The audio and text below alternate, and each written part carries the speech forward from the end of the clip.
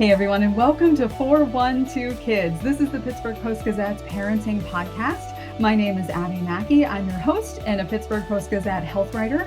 I'm also a registered nurse with most of my experience in pediatrics, and I'm the mother of 2 school-age kids. So I understand the importance of having a summer bucket list. And on our bucket list is always a chance to visit our area's best playgrounds and best outdoor play spaces. So today, in our final segment, I'm going to offer you a few of my personal favorites to visit in the area, and the rest of my top 10 list will be on post-gazette.com in the story associated with this podcast.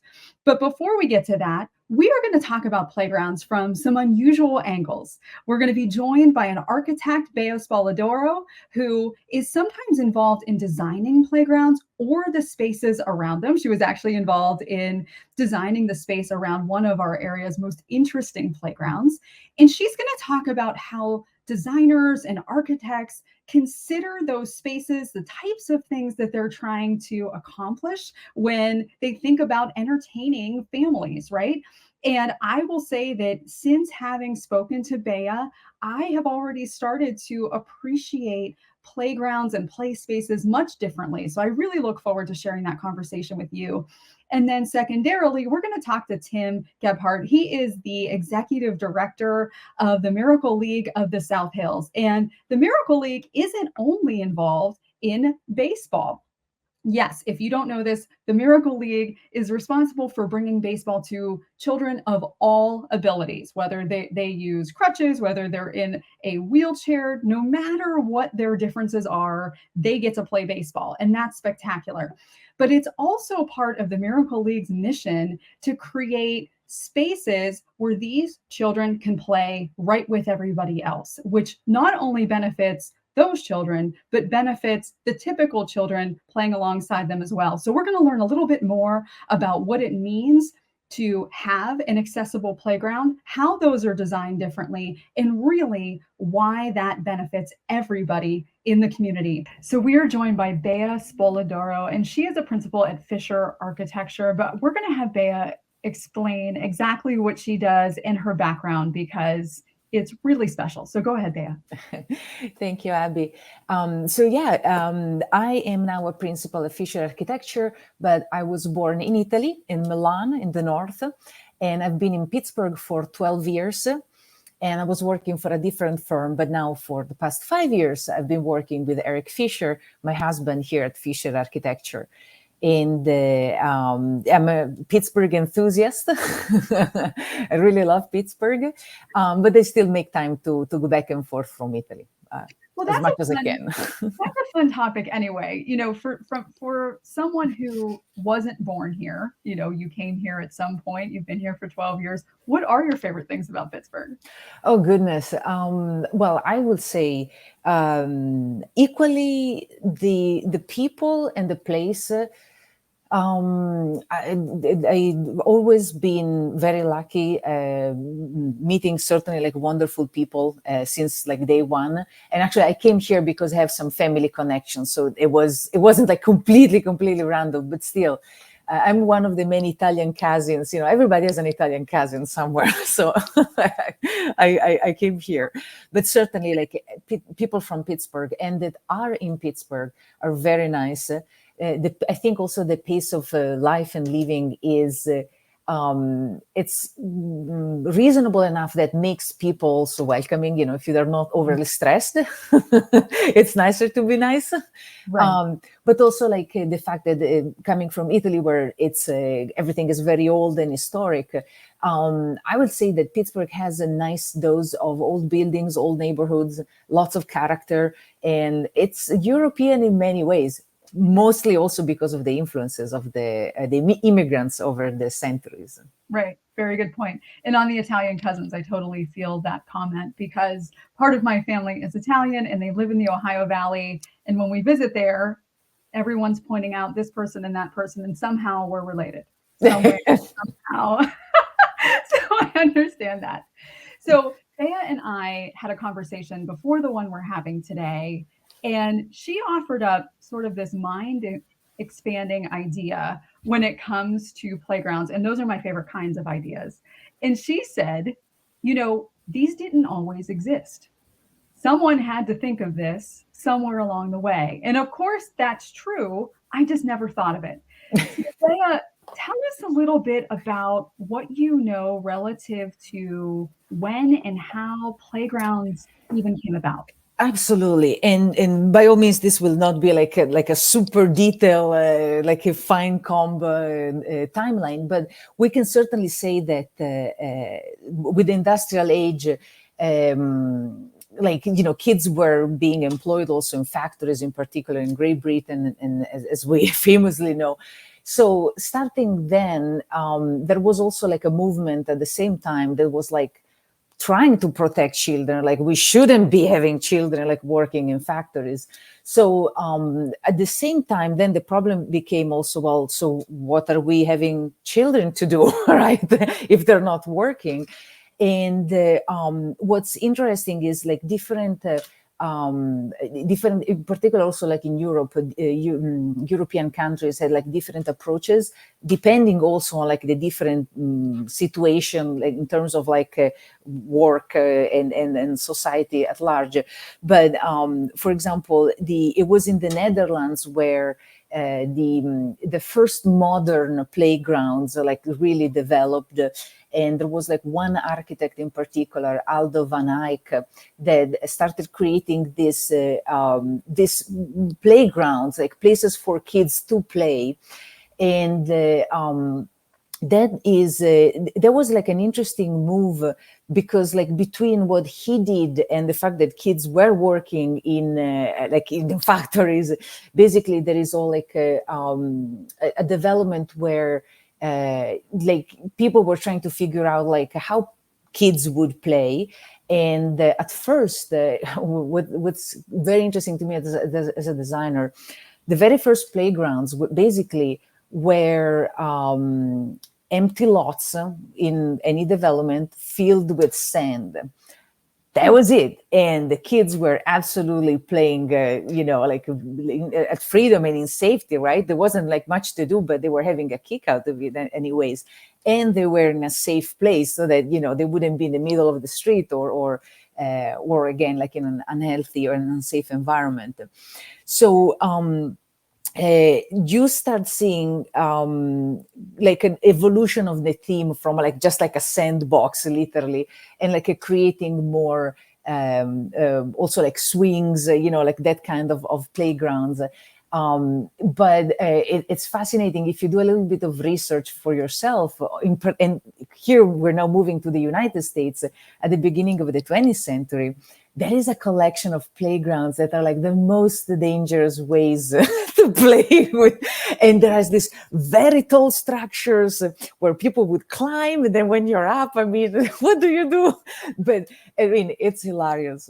So again, like then safety became an issue. So like slowly but steadily, like all this very complicated, beautiful structure, like mediated towards like a more modern playground. For example, as seen like in the Netherlands, starting in the 40s. And then like today, of course, like with the typical playground that you see. But it's a fascinating journey. And I really invite people just to do like a quick Google on like early 20th century US playgrounds, because it's like, yep, I will not send my kid there for sure. One of the things that I think is so interesting about talking to somebody like you is that you have all of this super specialized training, right? Especially coming from Italy, one of the seats of architecture in, historically, right? And one of the things you do is that you design playgrounds, which is wonderful, right? So it's this really fun and creative space, which makes sense that we need somebody like you to offer your thoughts there. there's at least one really spectacular local playground that you had a hand in. So tell us about that one. Yeah, well, so they say that I believe you're mentioning, you're referring to the Aspinwall Marina Park. So admittedly, like we didn't work necessarily on the actual playground. We were more involved with the renovation of the marina that is next to the playground. And then we collaborated with EPD, a local landscape firm, and like all the area was planned to be like very inviting for family and children. So like let's say that from an architectural point of view, we helped more in making sure that the space was accessible and like there would be like the covered area next to the very playground. And but yeah, I mean, it's like designing spaces for children. It's something that we do often, and I'm very interested in the interaction of the like young human beings basically and the space around them, and that is really like one big topic, and it's something that actually in Italy it's also very important. I mean, you may already be familiar with the Montessori method, the Montessori school. Maria Montessori was Italian. But fast forwarding like basically to the 90s, like 1990s, there was another very interesting approach to children's spaces, where basically the space that you should provide to your children or anybody's children is really about it should be considered as a teacher. It's like a third teacher after the parents and the teachers in school. But like kids really learn from the environment around them. Mm-hmm. So as designers, we should really be very careful at any scale, even at a urban scale. What is the message that we're sending to young human beings, to young citizens? What are we telling them about their city? So that's very important. So as you were explaining sort of the history of the playground and that the first ones were big sand pits, right? Mm-hmm. It makes me think about, and I'm such a big fan of this as a parent, the value of sort of boredom, right? That you supply inspiring tools around them, but it's not necessarily directed play. It's not necessarily entertainment. You're letting their brains and their imaginations run wild. So I just want to hear a little bit from you, when you're designing a space for children or where children are going to be involved, what are sort of some boxes you're trying to check to make it an inspiring space? Part of my inspiration as I'm designing these projects, it really, it's very much informed by the Reggio Children or Reggio Emilia approach, which is the new iterations, if you wish, of like early childhood spaces that has been developed in Italy. And again, like it really, again, considers the space as a third teacher. So for me, when I start designing, I'm trying to understand also from an interaction point of view, how can I make sure that the space is informed enough to set some rules, some boundaries, because again, you want to keep the children safe. Mm-hmm. But at the same time, how can you make sure that the kids, regardless of their abilities, how can they take ownership about the place? How can they interact? One of the rules also that is very important is it's called like self-narration. So for example, like how many parents have kids and they with lots of drawings and beautiful little artifacts that they create at school or at home. And then like the point is, where do you display them? So certainly it is very important to like every time you're creating a space for the kids, like how can they express themselves and leave a mark on the space? Of course, done in a reasonable way. We're not talking about graffiti everywhere, but like that is an interesting point. So if we were like in an enclosed space, it could be like places where like you have shelves or like lots of curated storage. And where like the kids can put on things on display, and maybe they can change like during the year. So again, that's also very, very important.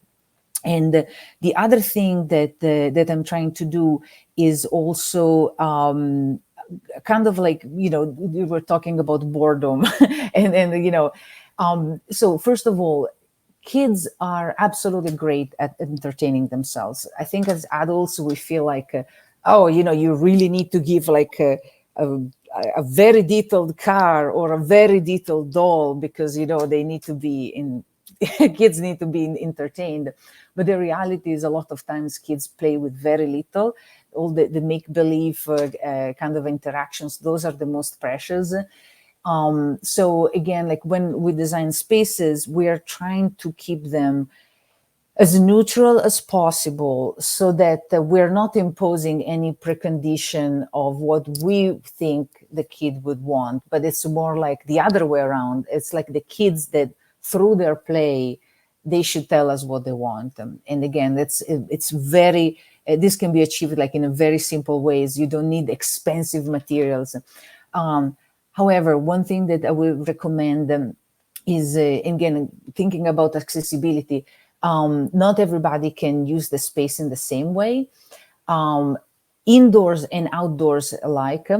And it is very important to think about the five senses in general, like the smells, the touch, the seeing things, but like the way we interact with space, it's very rich. So we should really create environments that have like different materials, different experiences. Like ultimately, kids learn through experiences, and the more of a varied experience we can provide from a design point of view, the better it is. So let's talk a little bit more about that accessibility thing, because I wanted to get there with you anyway. When you think about a lot of playgrounds, you think about some sort of narrow passageways and tunnels and things like that. And accidentally, that excludes some people who are in a wheelchair or have other mobility devices or other, ways that they just use their bodies differently, right? Mm-hmm. So I think from what I can pick up, it is sort of a modern movement to create accessible playgrounds, places where everyone can play together. And I think that's such a great part of this too, right? These aren't playgrounds that are set aside, that sort of look different or act different. They're some of our most interesting playgrounds in our region, honestly, the ones that, are called accessible. So as a designer, what goes into designing an accessible playground? And if you would, just sort of in our society, is this truly a movement? Are we going to see more of these? Sure. Well, so to answer, like, let's start from your last question. It sure is a movement. And I mean, it's a tendency also, like in general, but like, without entering in too much into building codes, but we are seeing that any accessibility provisions are really pushed above and beyond, even in say offices or residential, like multifamily residential. So it is very, very important in general, like even in our cities, to provide like a more accessible spaces. And I'm positive that this will only become even more of a, like, beyond the trend, like an absolute rule. And I welcome that. So going to the playgrounds, so I think that the most important portion about an accessible playground is dignity. So we need to make sure that we always provide dignity by design to the people that will use the spaces. So, for example, think about like, wheelchairs. A passage, like a wide enough passage is important. You may want to consider, like, for example, wide enough for two people, because maybe like somebody in a wheelchair may have like somebody with them, to follow them. But at the same time, you want to make sure that there is enough space for other people that don't need to interact, but just have to like move by on the same path. You don't want to create like embarrassing situations where like, oh, geez, like there is something, blocking my way. And, this something is actually a person that is on a wheelchair. So again, like respect, fostering respect, dignity, And also like again the sense of ownership of a space.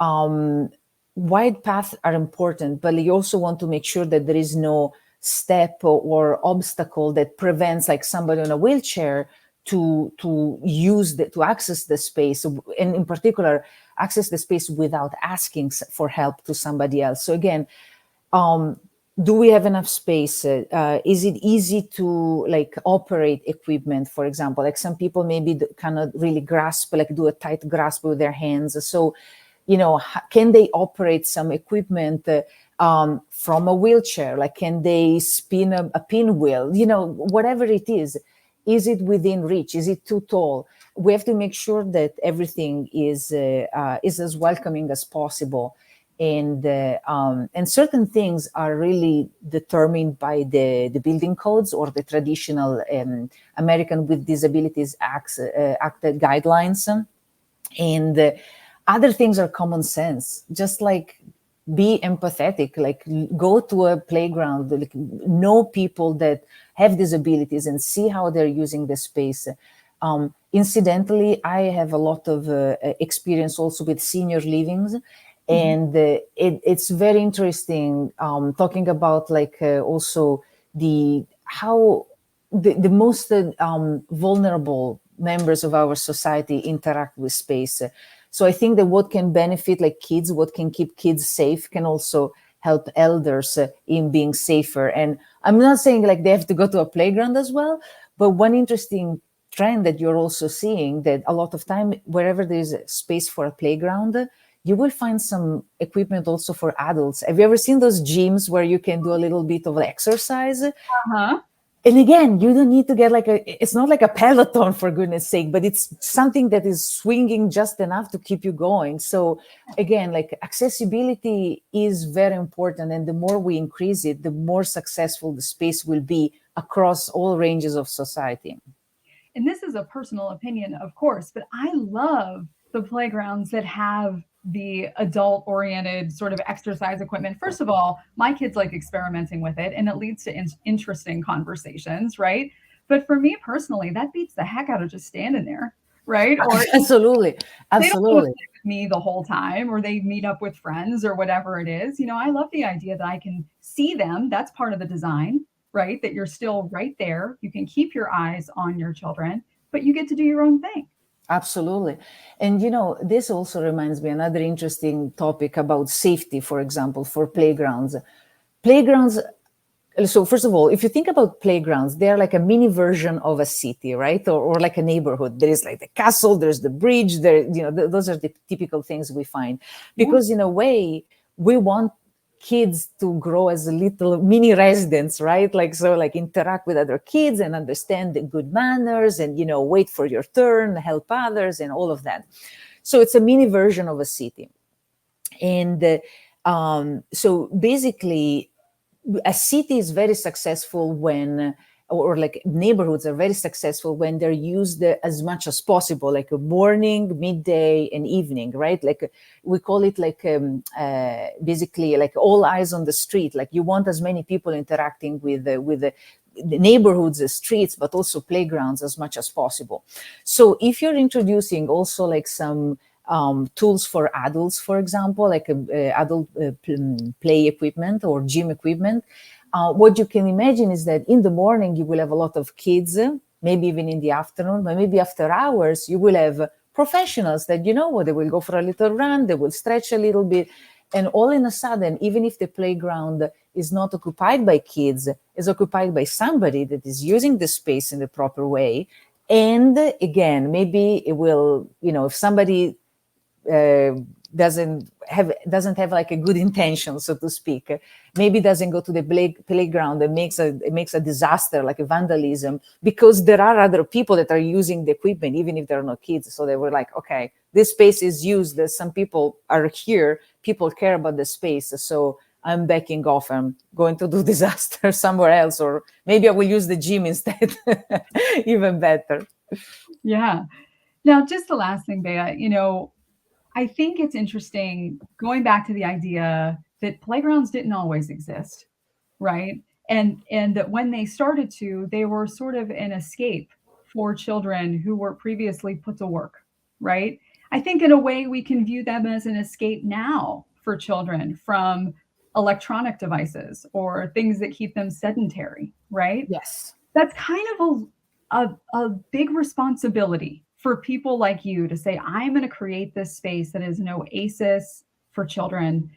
Tell me a little bit about if that thought inspires you and maybe why playgrounds are especially important to our kids now. This is like a really a big topic, and by the way, I will say two things. So the first thing is like a playground, a school, they cannot substitute parenting. I mean, it's very important to be present for your kids, like making sure that you interact with them and that you keep them off the video games as much as possible. For example, by bringing them to the playground. Mm-hmm. Second thing, I know that people are extraordinarily busy, so I understand that.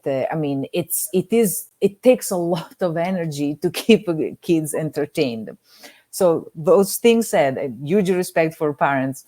I will say that, so as a designer, I like to, in order to keep kids entertained and really try to attract them even more to a playground, I like to make sure that the space is different, that is like unique.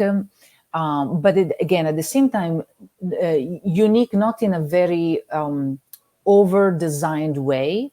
I want it to be unique because you can uniquely interact with that. So one day you will interacting with something and it could be a little market and, in the mind of a kid. And the other day could be the beach. Another day could be, a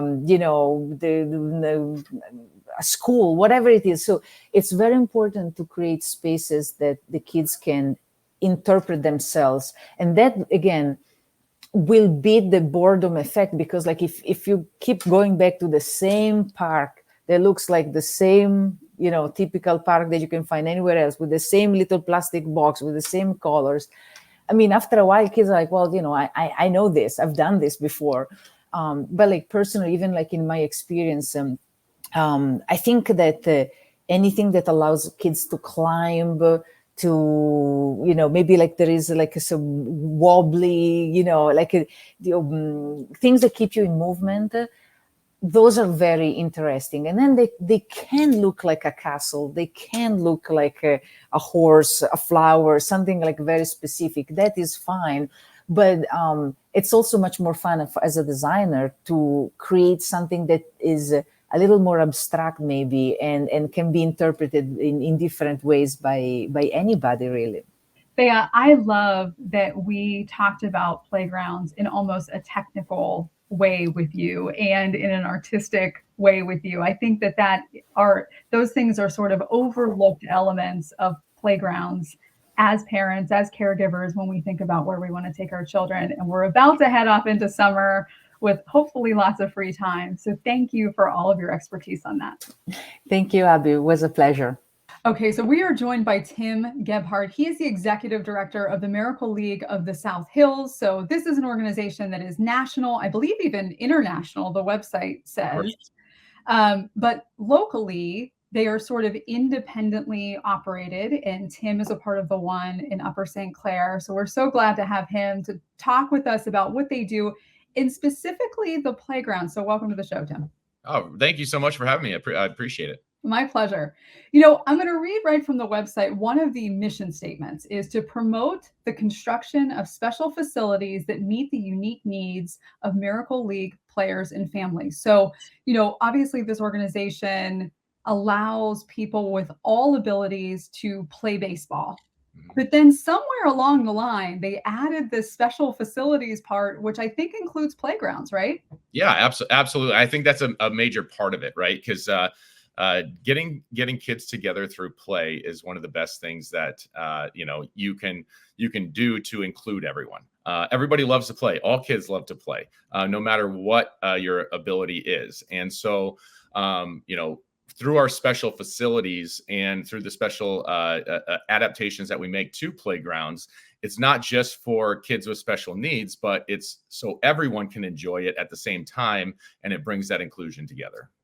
So I am a Pittsburgh mom, and we adventure around and find playgrounds all over the place. I have to say, one of the more incredible things about this to me is that these accessible playgrounds aren't something that feel separate. In fact, they are some of our area's most wonderful playgrounds, in my opinion. But so, rather than me talking about what I think of the South Hills Playground, you tell us some of the special features there and maybe why they were included. Yeah. So I wish I was a part of like the design process of this playground. I kind of came on board with Sean Casey and the Miracle League of the South Hills just after it was built. I was part of some of the fundraising for it after it was built. But I do know, so the great part about it is a lot of thought went into it to just make sure that we could include and have a place to play for everyone.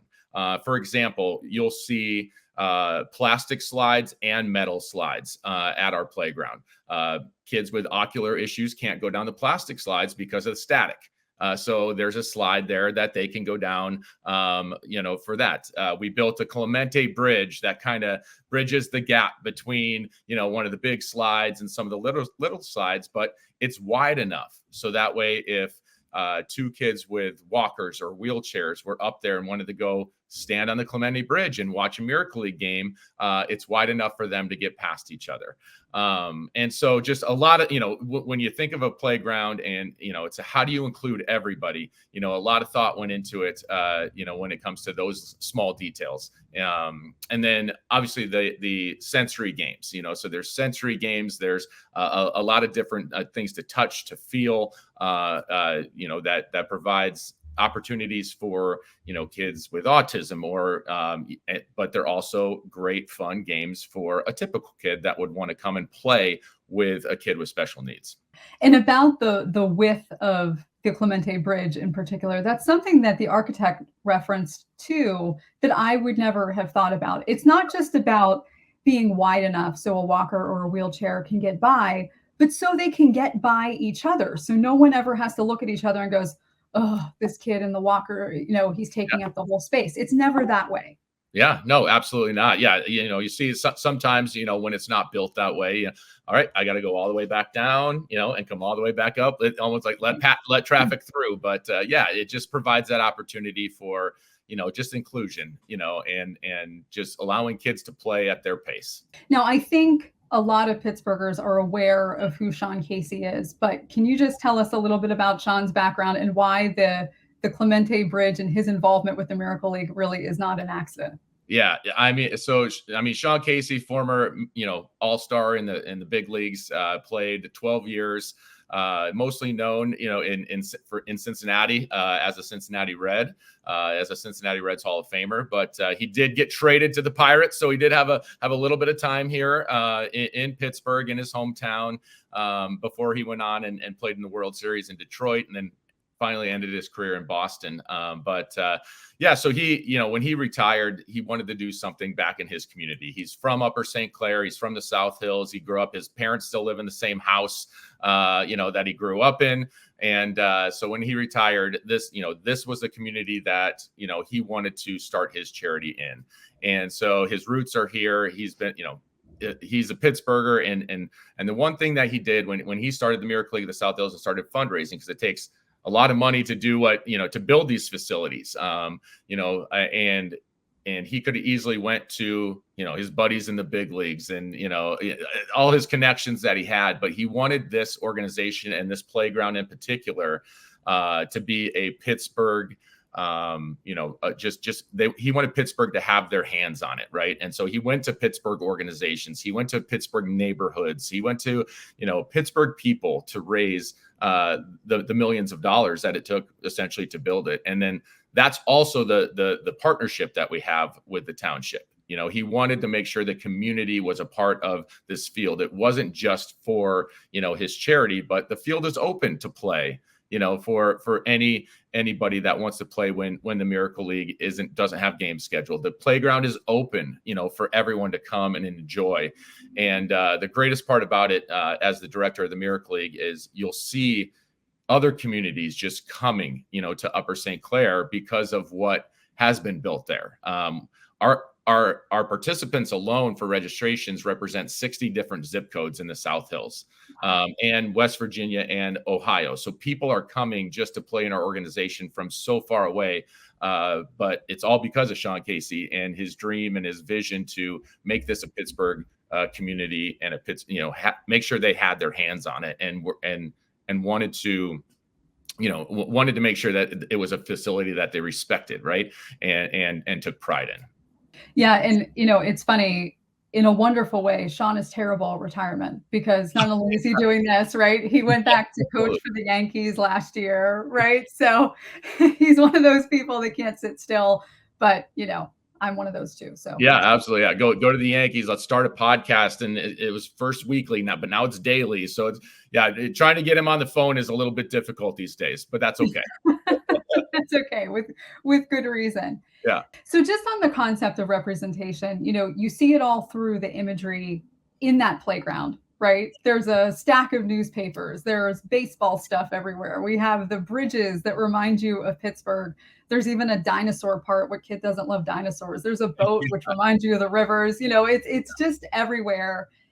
But another form of representation that happens there, of course, is the idea that you see children of all abilities playing. So someone in a wheelchair with an assistive device can look up and say, oh, they're doing it, I can do it. But another really interesting angle of that I think exists there is when kids with typical abilities see themselves playing side by side with a child in a wheelchair or with a walker, right? You don't see that everywhere. What kind of impact do you think that's having? Well, I think that's one of the biggest programs that we implement within our organization is our buddy program. And that's 12 years old through adults. And it's just typical kids that want to come out and give the opportunity and help give the opportunity to kids with special needs to play baseball. And it's the greatest part is it spills over, right? And so they come out here and they think they're just going to come and help push a wheelchair or help swing a bat, but friendships happen, and they start to look forward to coming on a Saturday at 9:00 in the morning because Tommy's got a game and I'm Tommy's buddy, and get to meet them and the smiles that happen. And then it spills over. Game's over. Hey, you want to go play in the playground? Hey, ask your mom, can you stay for another half hour and let's go swing? Let's go down the slide. Let's go watch the next game on the Clemente Bridge. And then it goes into the school system, right? And now Tommy's eating lunch at their table, and and the friendships are blossoming, and new kids are getting involved because of the joy that the typical kid is having, just thinking that he's making a difference, but it's making a difference in his life as well. And so I think that's actually one of our one of the best things that we do is try to, this isn't just an organization or a program or a playground, for kids with special needs. It's for everybody. And it's for everybody to come together and, just share the love and just know that, no matter what we look like or who we are or where we come from, everybody likes fun. Everybody likes to play. Everybody likes fun. Baseball is America's pastime for all. And I think that's what is one of the greatest things to see is when that clicks and you see that click in kids' heads that, oh yeah, Tommy's just Tommy now. Tommy isn't Tommy in a wheelchair. Tommy's just Tommy. And so I think that's one of the most special things that I see in our organization. Well, Tim, thanks so much for joining us on here. And thanks for all you do, because you are not only helping the kids in the Miracle League get closer to a sport that they love, but you're helping to show all of our kids how those interactions should be and the types of friendships that they can have. So thanks so much for that. Yeah, absolutely. Anytime. And I appreciate you and come out to the Miracle League and catch a game this spring. Will do. Okay, awesome. Thank you so much. Thank you. Well, thank you so much to Bea and Tim for joining us on 412 Kids and discussing elements of playgrounds from their various points of expertise that will allow us to appreciate them in new ways. And that's going to be especially important for those families who intend on spending a lot of time at playgrounds over the summertime. And to that point, we don't want playgrounds to just be this theoretical thing that we suggest that you go and do. For our last segment called 412 for You, I'm going to share some of my favorite playgrounds in our region. And here's why I feel good about sharing my personal thoughts. During the COVID-19 era, when people were spending a lot of time outside because being inside with other people maybe wasn't the best idea, our family, whether it was summer or winter, we just dressed appropriately and we got outside and explored playgrounds all around our region. That was our hobby. And so we are really well versed in a lot of playgrounds around here. We take a lot of pride in that. So I want to share some thoughts on that. These are listed in no particular order. I'm just going to give you 3 on here and then head over to post-gazette.com for the other 7. So number 1, and this one is near and dear to my heart, Cross Creek County Park. Now this is outside of the 412. When I say county, I don't mean Allegheny, I mean Washington, but it is worth the trip. So this is right next to Cross Creek County Lake, which is a natural lake. If your family happens to fish, bring your gear. Our older son slays every type of panfish possible at the shore of this lake. But right next to it is a fantastic playground. It has one of those geometric structures full of climbing ropes. It has a really great zip line and, of course, classic elements of playgrounds as well. But one of the most special things is that if you walk just a little further behind it, you will find the Cross Creek Bicycle Park. I have not seen one of these anywhere else personally. So this is basically an obstacle course with platforms that you can ride over on your bicycle, tunnels, hills and valleys, things you have to negotiate. It's just a really cool part of this park. And then if you go a little bit beyond that, if you're someone who just likes to hike around or look for critters, there's just sort of an untouched meadow. So you can explore over there too. And right along the lake itself, you will find lots of trails and things to explore. That's why I love that park. So number 2, a nod to our friends at the Miracle League of the South Hills Clubhouse Playground. To me, it's like the people who designed this sat in a room and thought, what is everything a kid loves? And then they put it in a blender. And that is how this playground came about. It does have a very strong baseball influence, which is super great for a lot of kids. It has a very strong Pittsburgh influence, which is awesome to see as well. But there are elements that are there for dinosaur lovers. There are 2 water features. There's a keyboard embedded into the ground, almost like the movie Big, that you walk over and it makes sounds. So just so many features to this park that are so much fun. It's visually very appealing, visually very different looking, and it allows people of all abilities to play all in one spot. Number 3, and our last one that I'll share on here, is Whiteman Park in Squirrel Hill. So to me, this is a mecca for any child who truly loves to climb. And I don't just mean the sort of netting features that you see at a lot of parks, though those are there and there are a lot of them.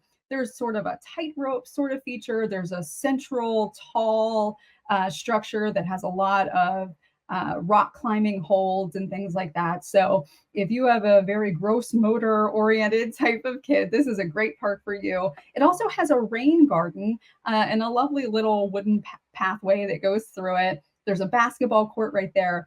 It's really easy to park. So lots of great things about this park as well. So as I said, to look at the other 7, please go to post-gazette.com. If you're enjoying this podcast, and we certainly enjoy having you here, please like and subscribe wherever you're listening to it or watching it. And I have been your host. My name is Abby Mackey. Our editor is Polly Higgins. Our producers are Jacob Comer and Matt Rosenberg. We're always so grateful to them. And as always, it is our privilege to be on this journey with you and your 412 kids. We'll see you next time.